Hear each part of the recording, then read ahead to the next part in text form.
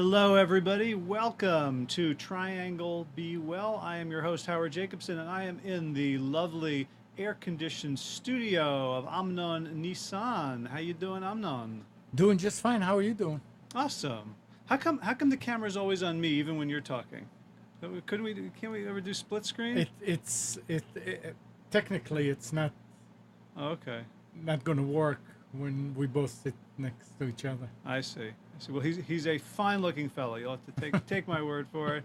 He's got his. You're wearing your semi-formal Wolfpack Yeah. T-shirt. So must be a special occasion. No, have about 1,000 of them. Okay. It's his uniform. It's his other uniform when he's not in the paratrooper jumpsuit. No, oh, that's too hot for that today. Okay. Yeah, it's hot out. It's hot out. And I want to start by telling a little bit of a story about the weather. So yesterday, my wife and I were driving home from Chapel Hill to Pittsburgh. About 9 o'clock, or 8:30 ish, and it'd been about a 20-minute drive home. We're supposed to arrive home somewhere around 8:45, and the sky suddenly grew dark, really dark, and then darker, and then almost like a black hole sort of blackness, and we were driving straight into it. We started seeing flash lightning off in the distance, and I was driving. It's the car that I usually drive, and then we felt a few raindrops on the windshield, nothing big. And then about 10 seconds after the rain started, we got this bolt of lightning, clap of thunder simultaneously. Like all of a sudden, it was right over us, and the rain came pouring down, and In sheets.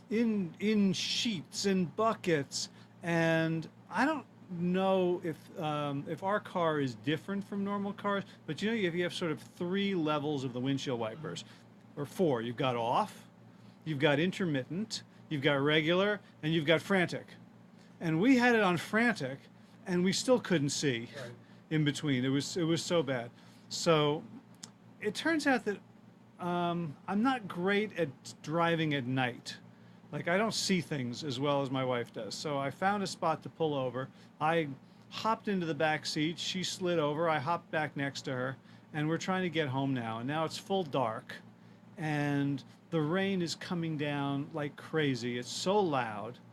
Now we're going up and down on Jones Ferry Road, so you can't even tell like where are there like rivers, pools, fountains, puddles, lakes, small oceans going through. There are trees down. We can't tell if is this just a branch that's on its own that we can just drive over? Is it a fallen limb? Is it a tree that's cracked across the road? Other cars are coming, and their lights are making things worse. The thunder and lightning is incessant, and we are going so slowly. And I got thinking, once we got home safely, so I will spoil the story by saying that we're still alive. Everything ended up fine, but it took us, 3 times the time it should have taken us to get home. We were going no faster than 7, 8 miles an hour. It just didn't feel any safer than that. You're going to say 70, 80. 70, 80. Yeah, let's get home quick, right? It's just safer to be. No, real slow. And so my wife has been driving for over 30 years. And she took her written test and she passed it. So she knows the names, the rules. She knows what all this different signs mean. She knows when you can go left, when you can go right on red, when you can pass. She knows all the rules. She passed the road test. So she knows how to use her blinker. She knows how to stop, how to do a 3-point turn, how to parallel park. Plus, she has thousands and thousands of miles of driving under her belt. I mean, a couple 100,000, however many hours that is. So she is a very experienced driver. Is she listening and you're trying to score some good points? Is that what's going on? Oh no, she doesn't listen. Okay. No, this is just. Okay, go ahead. No, my ulterior motive will become clear soon All right. enough, but it's not that. Okay. No, I mean I just feel like it was not. Had we been driving home on a normal day, there would have been no issue. This wouldn't be a story. But we were driving in extreme conditions. And because of extreme conditions, what happened was we were both very, very nervous and tense because we couldn't tell what was going to happen next. First of all, on this road, there are lots of animals that jump out. We've had to avoid, squirrels, cats, turtles, possum, deer, little creepy things. I don't even know what they are. We don't want to run over animals. And so there was that fear. There was the fear we couldn't see 10 feet ahead of us. So we're going really slow and trying to track to the line on the side of the road, trying to see if things coming up were cars or people or boats or God knows what.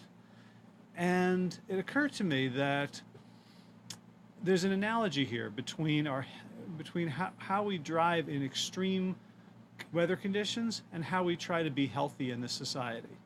That if you think about a normal human society based on an evolutionary development, based on the fact that this society has existed the way it is because it's good for people, that the people in this society live, are happy, reproduce, live long enough to reproduce, live long enough to be able to support the children as grandparents and raising their offspring.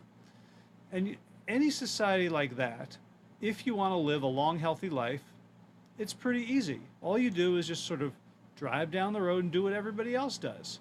So if it's a fishing village, then everybody's, takes part in the economy of the fishing village. You're out there fishing, you're mending nets, you're carrying things back and forth, you're building or repairing things. It's an active lifestyle. It's an agrarian society where there's a lot of horticulture, where people have small plots of food that they're growing for themselves and their families. Everybody's doing that. People are outdoors. There's community where people get together, where they have ceilidhs and dances and horas and a community where there's common spirituality and a common understanding of the world, where people are outdoors, they're in touch with nature, they're in touch with each other. The food that is available to them, the cheapest food, is natural, healthy food, largely plant-based. People are exercising in the proper amounts. That's like, for us, driving along a smoothly paved, well-constructed road in bright sunshine. And not forget, friendly drivers. The other drivers are real friendly. Yeah, right. So everyone's driving a convertible, and you recognize them. Yeah. Right. But then all of a sudden, so if you take that society and like the default is for people to be healthy, for children to be nurtured, to be taught how to prepare their own food, how to take care of themselves. If there's journeys to be made, people would make it on foot or by horse or in a wagon or a cart. There was some, that people weren't separated from life. And so in those societies in which there wasn't, I'm not talking about sort of capitalist Europe, where all of a sudden you have this weird aggregation of wealth in the hands of very few, and then everyone else, sort of, medieval serfs dying of disease, or poor people in London with cholera. I'm talking about a traditional egalitarian agrarian society in which there is no hoarding of wealth, so that whatever there is shared equally. You don't have disease in those circumstances. You don't have squalor. You don't have gross inequity. So that's what I'm talking about. Star Trek, minus all the technology. Right, the dream of Star Trek. In that case, being healthy, living a long, healthy life, being raised right, having a purpose to your life, contributing to your community, looking for ways in which you are unique and you can offer unique gifts, becoming a full grown-up, taking on challenges, not abusing substances, whether it's food or beverages or things to smoke or whatever. It was all simple and natural. Our society, by contrast, is that storm we drove through last night.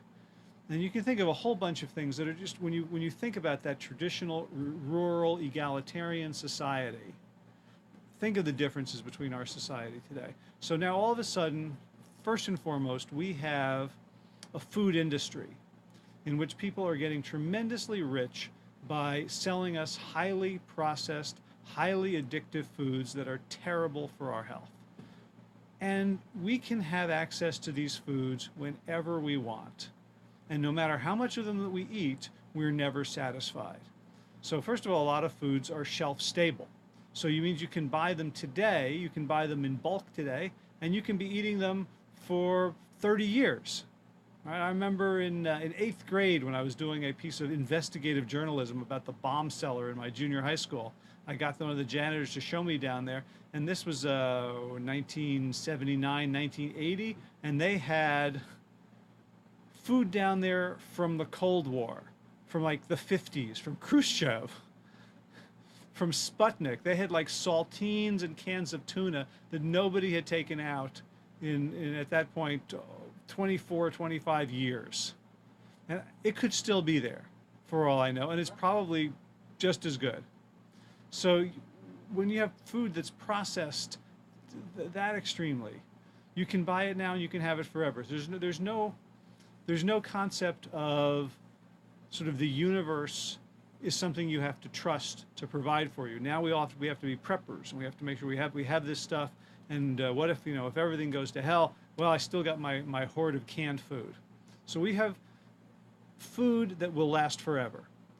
It's really, really cheap because of the Farm Bill, among other things, where the farmers are subsidized to produce the raw ingredients for this really, really cheap food, whether it's corn for high fructose corn syrup, which now has a new name. I can't quite remember what it is, like natural sugars, something like that, or natural syrup. The soy, the wheat, the foods that are fed to our farm animals and to our children in schools and our veterans in VA hospitals and our federal prisoners in prisons. So all our captive populations are being force-fed this junk food, and the farmers are being subsidized, so it's unnaturally cheap. The farmers are also being subsidized in terms of water rations that they're taking from our common aquifers, and in terms of not having to pay the externalities of all their pollution. So we have a society in which the easiest, cheapest, most highly palatable addictive food is available to us 24/7. If you don't want to go down to the 24-hour gas station store or pick it up at the supermarket or get it delivered on Amazon, you can, I can't think of, like, can you think of a store you can go to now and they won't sell you a candy bar at the cash register? Like Probably not. I go to the crop store, like the farm store where I get Right there. like feed for our rescue chickens, or right next to like the knives and the hand coolers is the Snickers bars.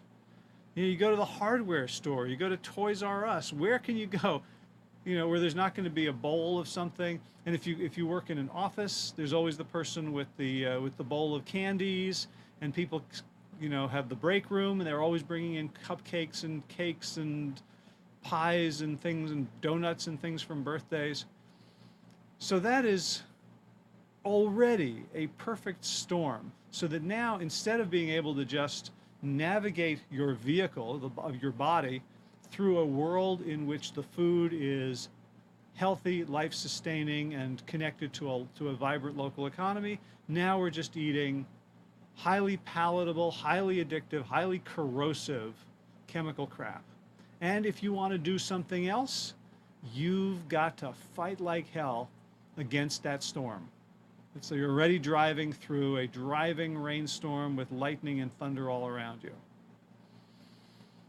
Now, if we were eating that way, but we were all working as farmers or laborers, we could get away with some of it. Right? So, I go running, I'm training for an ultra, for a 50K, and on the weekends I have to do long runs. And I've discovered through doing my long runs that when I hit about mile 8 to 12, I bonk. what that is? Mm-mm. It means I basically turn into like a cell phone with no battery left. Like I was running with a friend, and all of a sudden he looked over at me and says, "Oh my God, what's happening?" It's like there is no more energy in my legs. I've used up all. I didn't eat beforehand, so I've used up all my sugar. So I could lie down, and my body would slowly metabolize some of my fat for sugar. Where's a good sneakers bar when you need one? Right. So I don't go that far because they're big, and I don't want to get all that junk into my system, and they take a while to digest. So there's something called like these runner's gels. Glucose stuff. See, it's got glucose. It's actually, I think, well, it's got some glucose, but like maltodextrin, maltose stuff Okay. that plus caffeine, plus it's a gel. And you can just take it in really quickly, and there's almost nothing to. So you did have one. Yeah, so Okay. so I do that, but and if I were just eating that like for fun, like this was like my treat, that would be terrible. But the fact that I'm metabolizing it almost right away means that it has much less of an effect on me than it would if it was a food. So if you're very, very active, you can get away with a less than completely optimal diet, and we see this in most of these traditional societies. So people are eating some oil. They're not, it's a highly processed food. When you look at, how many olives it takes to make a teaspoon of olive oil, bunch. you couldn't eat that many olives, but you can take in that many calories from olive oil. But if you're living an active lifestyle, you can handle it. If you're eating some meat or some white bread, but you're laboring in the field all day, like running 60 miles a week, I can eat whatever I want now. I could eat bread, white bread all day, and white pasta and nuts and like all the stuff I had to be a little bit careful about. Just in terms of calories, I could eat it now because I'm burning so many. Not to say that it's a good idea or that it's healthy, but you can get away with it. So those societies, they're eating some meat, they're having some cheese, they're having some white bread, they're having some oils, and they're active.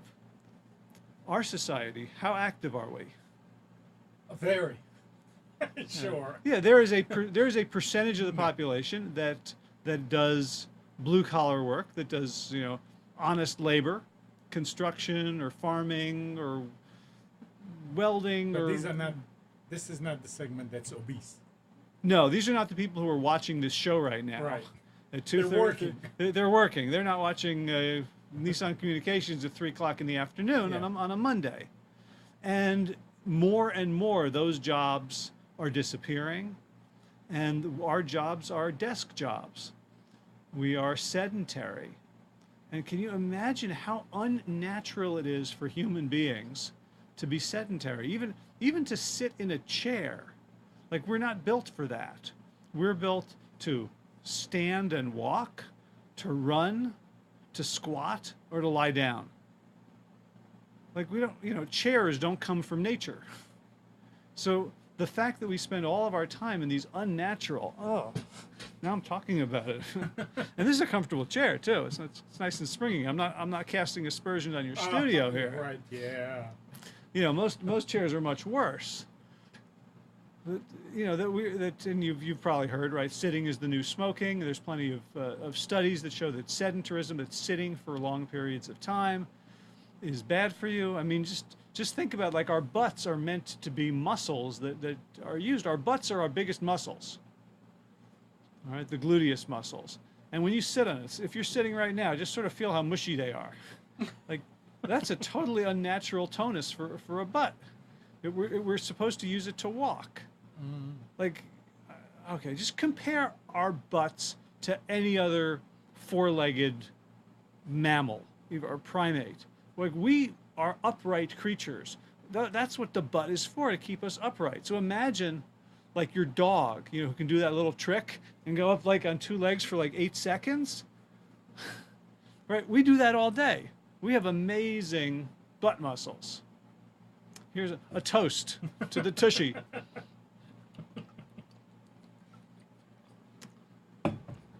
But we're devolving, right? Pretty soon we're gonna if we're not in the chair, we're gonna get down like this on all fours, and walk away because you know only the very few of us will be able to stand anymore because we're going to have lost the ability.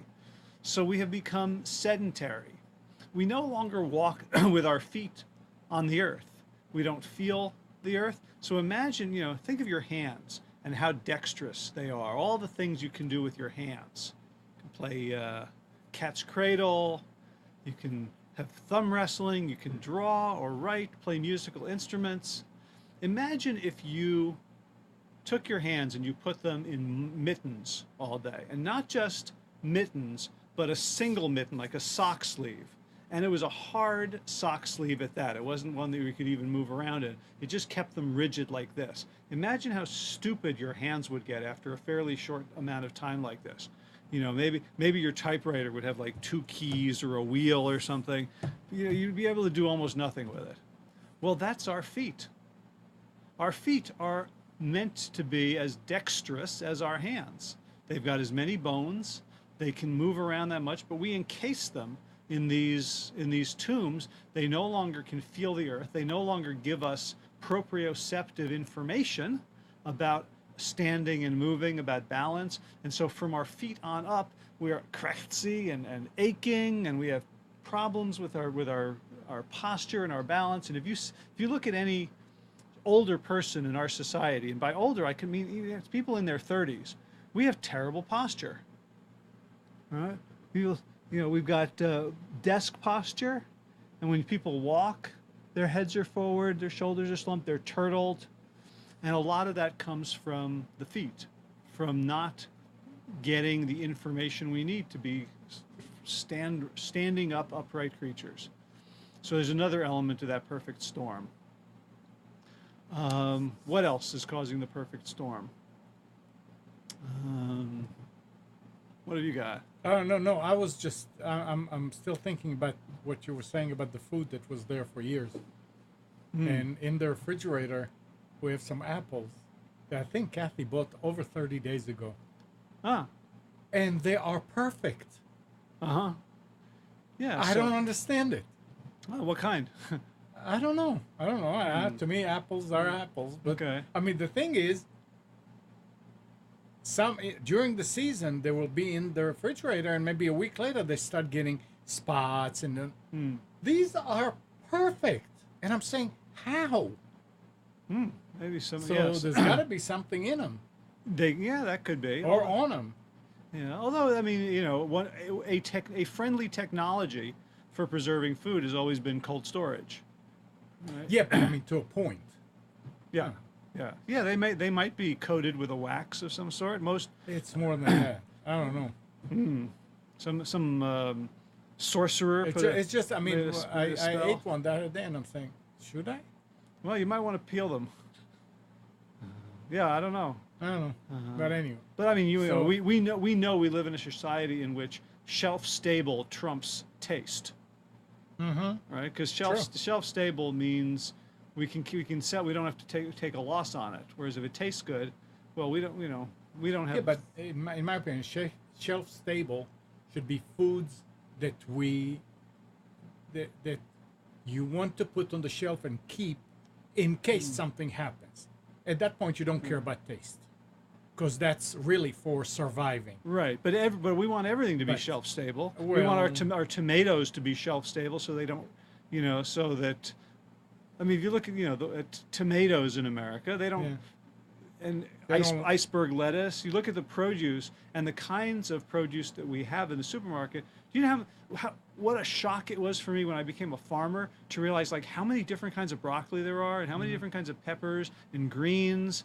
Because you go to the supermarket, you see the same old. You think, oh, those are the archetypal foods. Those are the foods that are profitable and can be shipped across the country. So there's, you ever had a pawpaw? It's a fruit. It's native to this area, to North Carolina and a few other areas. Extremely not shelf stable. You pick the fruit, you eat it within a day, or else it's gross. So if you have a pawpaw tree, or a neighbor with a pawpaw tree, or a farm stand where they have pawpaws, then you can taste one. It's delicious. It tastes sort of like peaches and bananas. It's very, very sweet. It's incredible. I've had 3 in my life.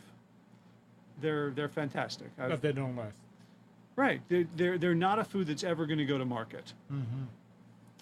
But if everyone's growing their own stuff, like, we have 7 or 8 different kinds of blueberry bushes. They're all different. When you buy blueberries in the supermarket, it's just a blueberry, this archetypal blueberry.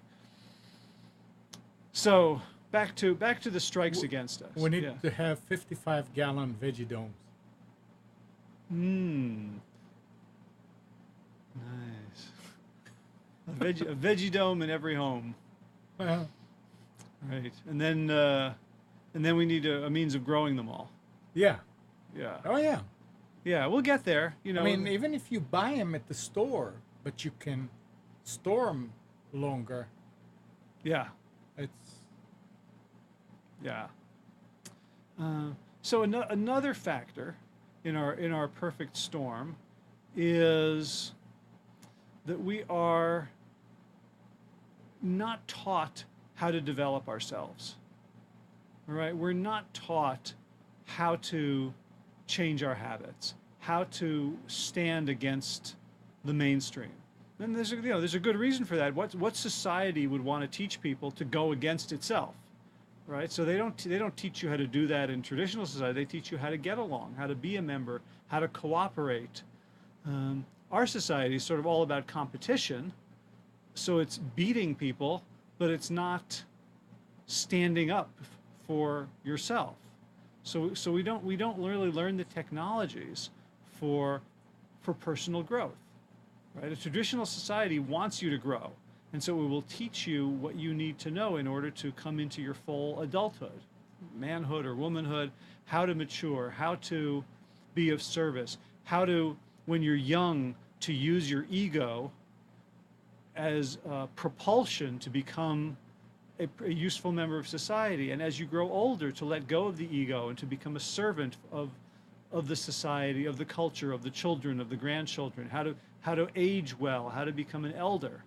Right, so that your whole channel is unusual wisdom, right? So all the different shows that you have is very esoteric stuff. Like, people don't know about it, and we have a society in which. So how are you going to change yourself if you are overweight and you want to get thin? What's our archetype? It's the Biggest Loser. Diet. Right? It's go on a diet. It's join Weight Watchers and count everything to within an inch of your life. All right, so it's all these short-term, insufficient solutions that don't understand human psychology, that pit us against society, knowing that society is going to win because you can't drive 55 miles an hour on Jones Ferry Road in a torrential thunderstorm. You can't do it. And so, but our society says you've got to do it. Pedal to the metal. Biggest Loser, you got to go, as hard as you can, exercise 7 hours a day, eat raw cauliflower without dip. All right, we'll whip you into shape. And that's just like going 55 miles an hour down the road in a storm. It's unsafe, it's unsustainable. And then when you crash, when the people on The Biggest Loser 5 years later have regained all the weight plus more, and they go, oh, they have one of two responses. One is people go, oh, I'm a failure. I had it and I couldn't do it. I can't tell how many people said they went on Atkins or some version of Atkins, some version of low carb, and they lost all this weight and they felt good, and then they just couldn't maintain it. They just had to have the donuts and the pizza and the rolls and the bagels and the bialys and the bread and the pretzels. And they just feel so ashamed. They were so weak. They couldn't sustain it. Well, it's not sustainable. That's like saying, okay, I've got a new diet. It's called Don't Breathe. Blue will become a real common color. No. Breathe. Come on. Oh, I failed. I didn't have willpower. There's something wrong with me. Other people can do it. I couldn't. So we're given all these incorrect ideas about how to change. And when you think about the importance of social proof, of looking around and seeing what other people do and doing it too, that's how we are wired. Imagine a tribe of caves people, and they're all, they're all kind of hanging out, and everyone all of a sudden starts running to the west. And you're like, well, I am an iconoclast and I am an individual, so I am going to run to the east. And you run straight into a pride of lions. They're going to eat you. Right? So there's a good reason, there's good evolutionary reasons to do what everyone else is doing. It's safe. There's, the wisdom of crowds. If nobody else is eating that plant, you don't want to be the one to go up and say, hey, let me try this plant. Oh, it's poison. Right? Somebody probably figured that out a long time ago and everybody knows it now. So to go against the crowd is very dangerous when the crowd is wise. But we still have that hardwired into us to go with the crowd, to run east when the crowd runs east, to eat whatever the crowd is eating, to think the way the crowd is thinking, because we have a long evolutionary history of that being a good idea. But it's not anymore, not in this society in which the public welfare has been overrun and downtrodden by private greed. There are going to be people making money off of everything you do that's destroying your health. And those people who are making money want to make more money. And they need to make more money because it's not that they are evil people, it's that they are in the grip of an ideology that they cannot escape from that says that more is always necessary. And so they will continue to produce worse and worse foods. They will continue to produce more and more dangerous medicines to deal with some of the symptoms of those foods. And the whole thing will continue until the earth beneath our feet can no longer sustain us from a resource perspective. And then it'll all come crashing down, and many, many people will suffer. And hopefully at that point, we'll be able to build a more natural, authentic society from the ground up. I'm on this show because I don't want it to get to that point. Because despite all the evidence, I have some degree of faith that maybe we could all make that decision to return to healthy and natural, and that if individuals do it, and all of a sudden the whole social fabric doesn't just look like one bolt of cloth with everyone chasing disease, but if we start seeing more and more people, testimonies around health, that it can shift things in an appreciable way before we attain a crash. Anybody commenting? No? So I should mention that you can comment and we can have a chat about this at 919-518-9773 or on Skype, Computers 2K Voice. My name is Howard Jacobson. Hey, I just did station identification. This is the Triangle Be Well show on Nissan Communications. And today we're talking about extreme conditions. The extreme conditions of my ride home with my wife in the car yesterday, and the extreme conditions that we take for granted, we think of as normal in our society when we try to become healthy. So, what do we do? What do we do? The first thing we do is we acknowledge that we are driving in extreme conditions. We don't just go, oh, well, the speed limit says 55, so I guess we'll go 55. Not in extreme conditions. You go slowly, you go carefully. Second thing is that there's a big difference between the weather and society. The weather, as far as I know, there's not much we can do about it except get out of it. If we'd had half a brain, we would not have been driving. We would have stayed where we were until the thing passed, or we would have left earlier. But there we were driving in it, so we had to deal with it. But we have a lot more power, certainly as a collective. We have total control over our society. Our society is the way it is right now because collectively everyone in our society right now agrees that this is the way it is. If we suddenly changed our agreement overnight, society would change overnight. It would change on a dime. It wouldn't take a transition period. It wouldn't take struggle and effort. If our consciousness changed, society would instantly change. So we have that power as a collective, but we also have that power as individuals to say, I get to choose what my situation looks like. I don't have to drive in a torrential thunderstorm, I can filter out some of that noise. I can filter out that noise by turning off my news feed, by choosing the media that I ingest. I can choose my media just as easily as I can choose my food, which is to say, it might not be easy, but it's totally within my power. I'm not the guy in A Clockwork Orange who's got contraptions. You've seen that movie, right? Contraptions holding his eyes open while they play movies and Beethoven's Ninth Symphony to him. I am not a captive audience of the media. I get to choose it. I get to choose the foods that I consider normal. I can shop at farmers markets instead of grocery stores, at least some of the time. When I go to the grocery store, I can decide that there's this crazy death section in the middle, and there's a beautiful, colorful produce section right when I come in, and that's where I'm going to buy the bulk of my food from. And then I'll sneak down the dry goods aisle and pick up some rice and beans and a few other things and some condiments. But basically, the soda aisle, the chips aisle, the cookie aisle, the cereal aisle, the meat aisle, the dairy aisle, the frozen section, the waffles and the hungry man meals, that none of that is food any more than the diaper and tampons aisle is food.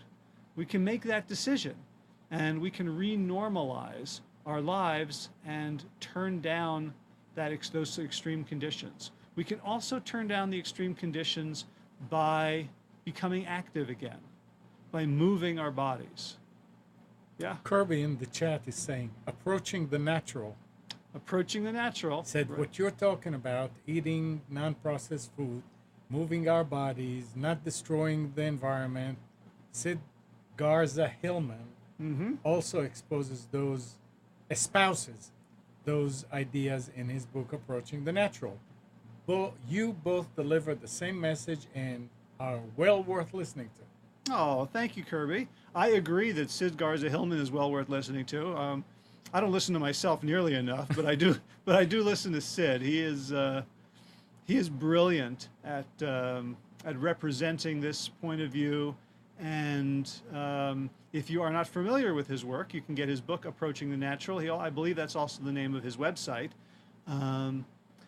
Yeah, it makes, and one of the reasons I love the idea of natural, but I love Sid's idea of approaching, because how can we live a natural life on this planet?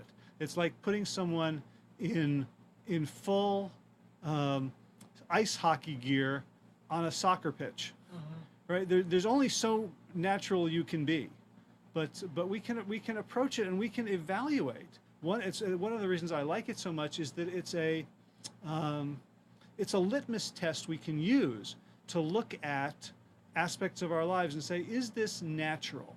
So it implies we have a great deal of faith in natural processes. Let's say evolution, right? So if you believe in evolution, or if you bring yourself to believe that evolution is an appropriate process, whatever your views, then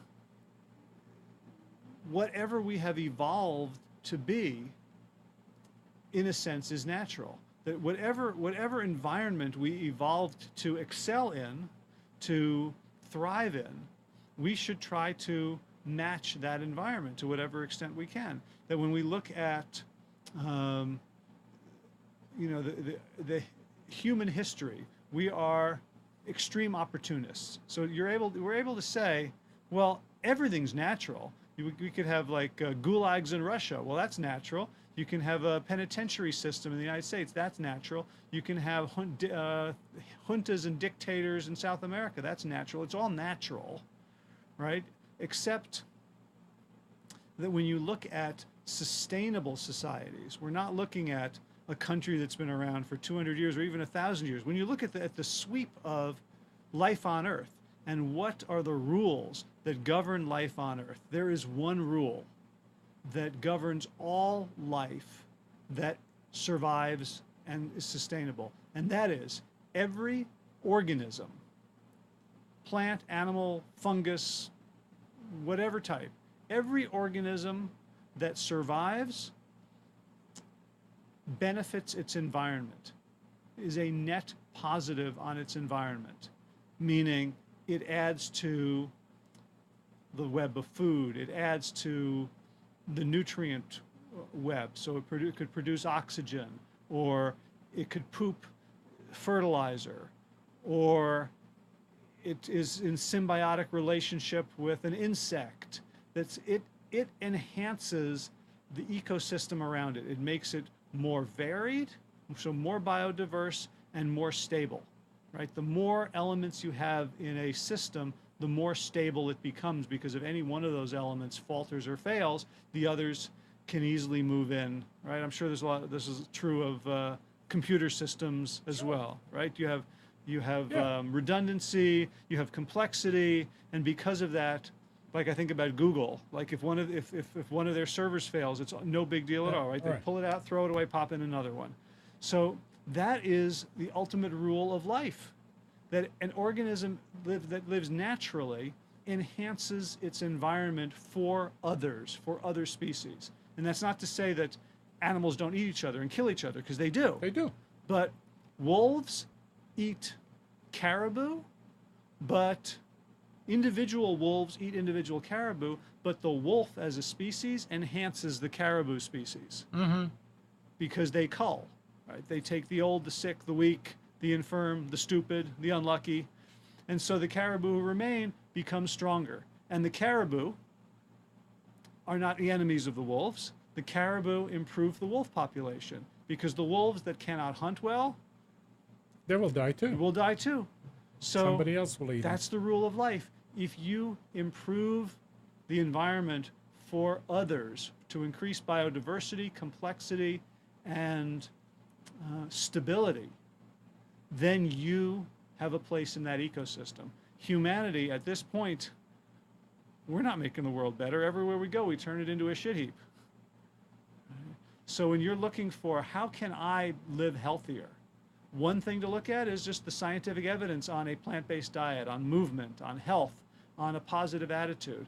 A second is to look at the implications and the consequences of your consumption and your production on the rest of the planet. Are you producing and consuming in such a way that other species, that other people, that other societies benefit, or are they paying for it? Are they picking up the tab through various externalities for the way you're living?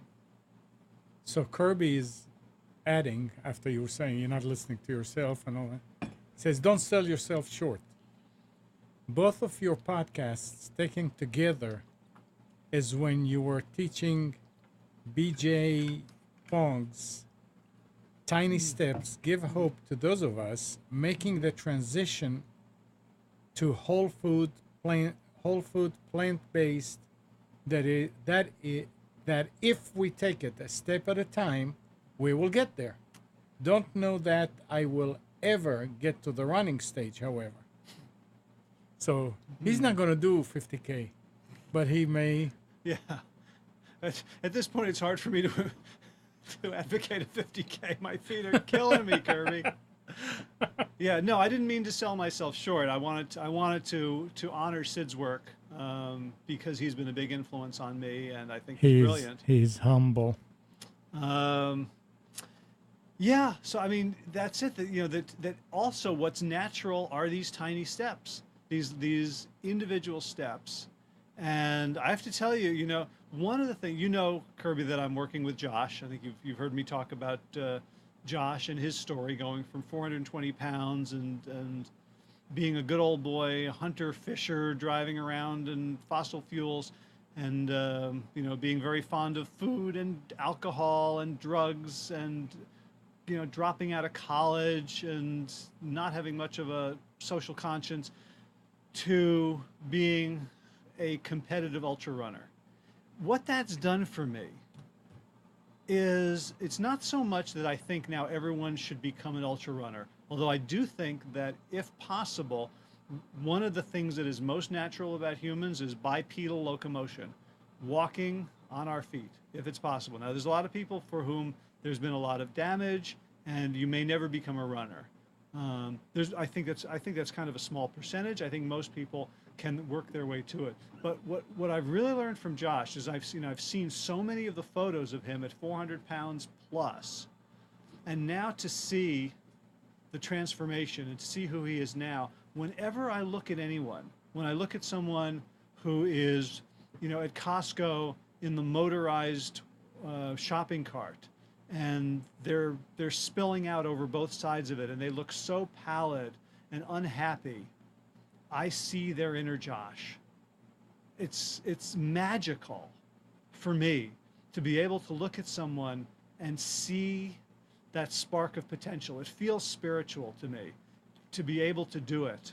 And because it's not something that I tried to do or I thought I should do or I want to do. It was a gift to me through working with Josh and through talking to a lot of the other people that I've talked to who have made these transformations, is that I now have a superpower, which is I can look at anyone and I can see their best self, at least from a physical and health standpoint. And for anyone to get there, to approach the natural doesn't mean that you all of a sudden go 100% from now till the day you die. It doesn't mean that you say, okay, I'm going to confound every expectation and become an ultra marathoner. What it does mean is that everyone has the potential to take a small step right now, however tiny. This morning in my huddles, so I have a group called the Tribe of Well. It started out as Triangle Be Well, and I thought that was too long, so it became Tri Be Well, and then Tribe Well, and Tribe of Well, and then I bought the domain, and not the t-shirt yet. But in the Tribe of Well, 3 times a month, we have huddles where we get together and talk about some of these issues and really get down to brass tacks about behavior change. And this morning I talked about a model created by B.J. Fogg of Stanford University called Tiny Habits. And to me, it's a very, very beautiful way of making these shifts, because it honors where we are right now, and it honors that everything in nature moves in small steps, that it's evolutionary, it's not revolutionary. There's very few revolutions in nature, but there's evolution all the time. And if we accept that we can get back to the natural, we have to do it in a natural way. We can't get back to the natural in an unnatural way. Right? It's a bit of a paradox there.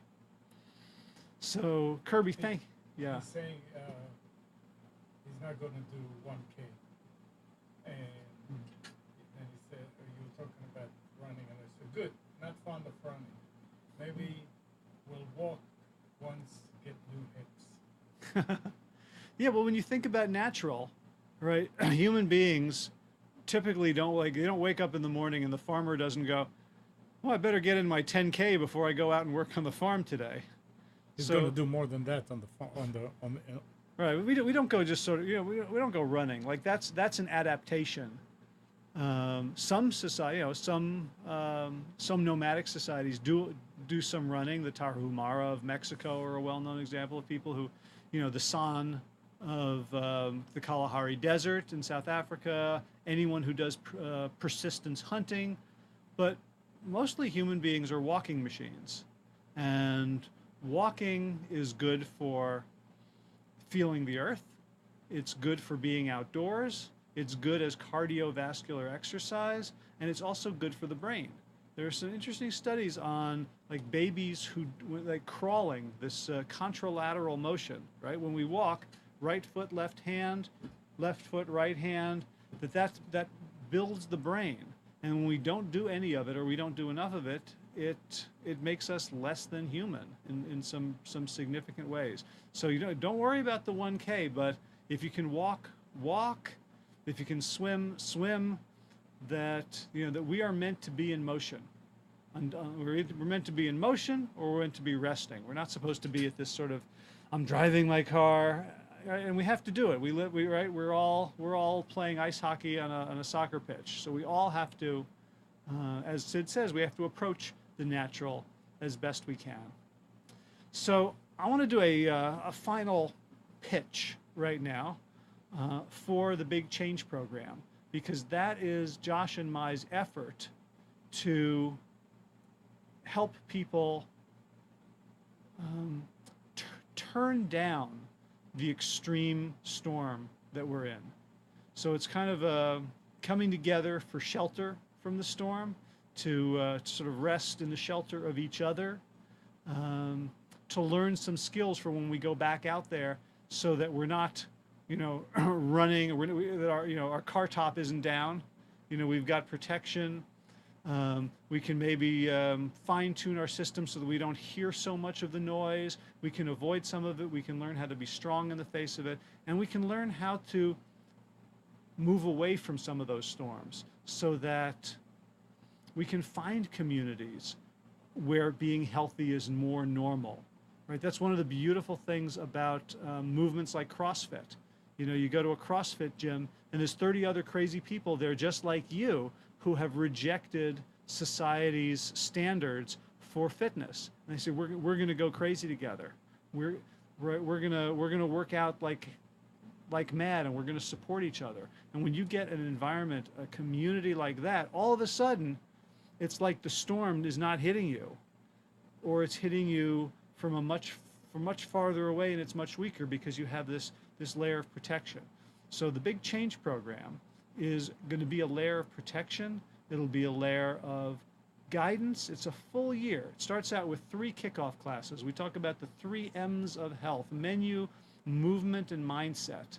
And from then on, we move into monthly coaching around helping people put this stuff into their lives. Because as I said, if you're driving down the road and a storm hits and you think you should still go 55 miles an hour and you can't, you're either going to, die trying, or you're going to feel like a failure. And so many people, I can't tell you how many people come to me after having read one of the books I've worked on or listened to my podcast, and they'll tell me the same story. I tried and I failed. And I want to say, you did not fail, but the system failed you. Worked against you. It worked against you. It was like trying to eat Atkins and not have a rebound on carbs. It's like trying not to breathe and then taking that breath and feeling like a failure. So the Big Change program starts tomorrow, August 2nd, 2019. You can read about it online at bigchangeprogram.com. You can read the whole story of it, where it came from. You can read about how I was inspired and instructed by Josh Lajani, who's my co-conspirator, my co-teacher of the Big Change program. And we're looking at, if you want to learn from someone how to do something, learn from someone who's really done it all the way. Someone who has made the transformation that you want to make and then some. And that's Josh. So I've learned a great deal from him. I consider him one of my mentors and teachers and inspirations. And I'm the guy with the teaching background.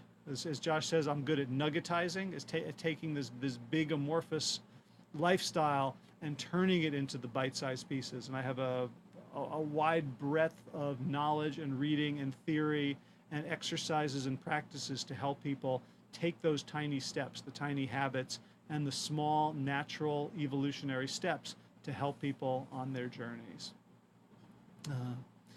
Anything else from Kirby before we say goodbye? No. Thank you, Kirby. I always appreciate your commentary and your feedback, and you're reminding me not to be so humble. So if you want to sign up for the Big Change program, today is August 1st, 2016. It's Monday. Today's the last day. Tomorrow it starts at 10 a.m. and there's the 3 kickoff classes, and there's also a year's membership at Wellness Forum Health, which will give you tons and tons of really great, useful online content, including workouts, exercises, the food plan, the introduction to informed medical decision making. So if you find yourself, you're changing your lifestyle and your diet, and your doctor is telling you you need to eat more meat to get protein, you need to be able to defend yourself against that. So we're holding off on the Wellness Forum stuff for right now, and we're going to give you the first month of our carefully curated content. And then, because the Wellness Forum Health is a little bit like a fire hose, there's so much information. Once we've got the basics down, then you're going to get your packet from Wellness Forum Health and all that information, and we're going to coach you throughout the year to get this stuff into your lives. And this is group coaching. If you want individual coaching, I have a program too called Laser Coaching, which is a full year of short bursts of coaching. And you can sign up for that once you've registered for the Big Change program. So, bigchangeprogram.com. It's the way to move forward in a community, in a supportive community, with the right amount of guidance, with the right GPS, with the right navigation, with the right folks on your flanks, helping you on the road so that your vehicle of your body arrives at your chosen destinations in as good a shape and as joyful a journey as possible. I really hope you join me. I honestly can't think, and yeah, I am humble and I tend to self-deprecate, but I can't think of a better use of your money if you want this to be the year that you make that change. We are committed to helping you get there. All right. Thank you for watching. This is Triangle Be Well, or Try Be Well, or Tribe Well. I'm Howard Jacobson, and as always, be well, my friends. And Kirby says, good luck with the big change.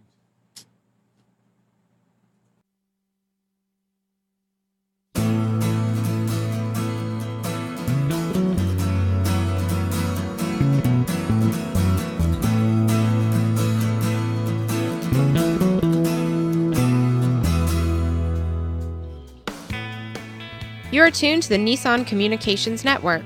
Our weekly lineup of call-in programs includes Computers 2K Now with Amnon Nissan, My Life, My Will with Gisela DiCarlo, The Tanya Love Show, Health Then with Debbie Bruck, Breaking Free with Marilyn Shannon, Triangle Be Well with Howard Jacobson, Lunch and Learn with Rabbi Yisrael Cutler, Lessons of Vietnam with NCVVI members, Current Affairs with Amnon Nissan. And if you tuned in too late, you can always watch each program in its entirety or download an MP3 audio file of it in the archives section on nissancommunications.com. Don't forget to subscribe to our YouTube channel, follow us on Twitter, and like us on Facebook. Sponsored by Atomos.com, makers of quality video recorders and converters, CarolinaApparel.com, and DeltaForce.net.